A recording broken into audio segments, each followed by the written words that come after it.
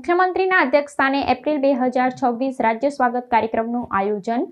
નાગરિકોના પ્રશ્નોના સત્વરે ઉકેલ માટે તંત્રને કડક તાકીદ. મુખ્યમંત્રી ભૂપેન્દ્ર પટેલના અધ્યક્ષસ્થાને એપ્રિલ 2026ના ઓનલાઈન જન ફરિયાદ નિવારણ રાજ્ય સ્વાગત કાર્યક્રમનું આયોજન કરવામાં આવ્યું હતું, જેમાં 110 થી વધુ નાગરિકોની સમસ્યાઓનું પ્રત્યક્ષ સાંભળીને સુખદ નિરાકરણ કરવામાં આવ્યું.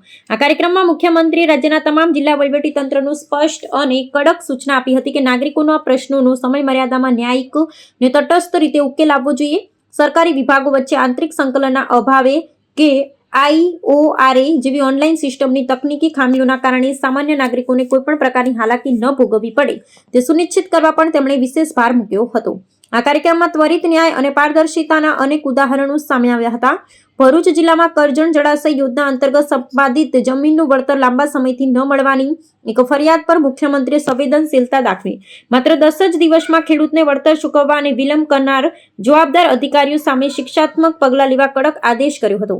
આ ઉપરાંત પંચમહાલમાં જમીન વેચાણ પરવાનગીની અરજીમાં અધિકારીઓ દ્વારા થતી આળસ, મહેસાણામાં જમીન રીસર્વે અને ક્ષેત્રફળમાં ઘટાડાના પ્રશ્નો તેમજ નકલી દસ્તાવેજો થકી આર્થિક છેતરપિંડી આચરતા અસામાજિક તત્વો સામે કડક પોલીસ કાર્યવાહી કરવાના નિર્દેશો આપી વહીવટી તંત્રની વધુ કાર્યક્ષમ બનાવવાનો સઘન પ્રયાસ કરાયો હતો.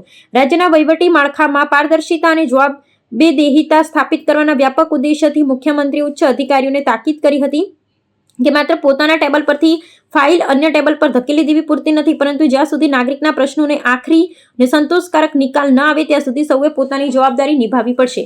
આ ઉચ્ચ સ્તરીય કાર્યક્રમમાં જિલ્લા સ્વાગત અંતર્ગત આવેલી 1335 જેટલી રજૂઆતો પણ જરૂરી કાર્યવાહી હાથ ધરવામાં આવી હતી. આ બેઠકમાં મુખ્યમંત્રીના અગ્ર સચિવ સંજીવ કુમાર, અધિક અગ્ર સચિવ ડોક્ટર વિક્રાંત પાંડે સહિત રાજ્યના ઉચ્ચ સનદી અધિકારીઓ અને સંબંધિત જિલ્લાઓના કલેક્ટર, DDO તથા પોલીસ વડાઓ જોડાયા હતા.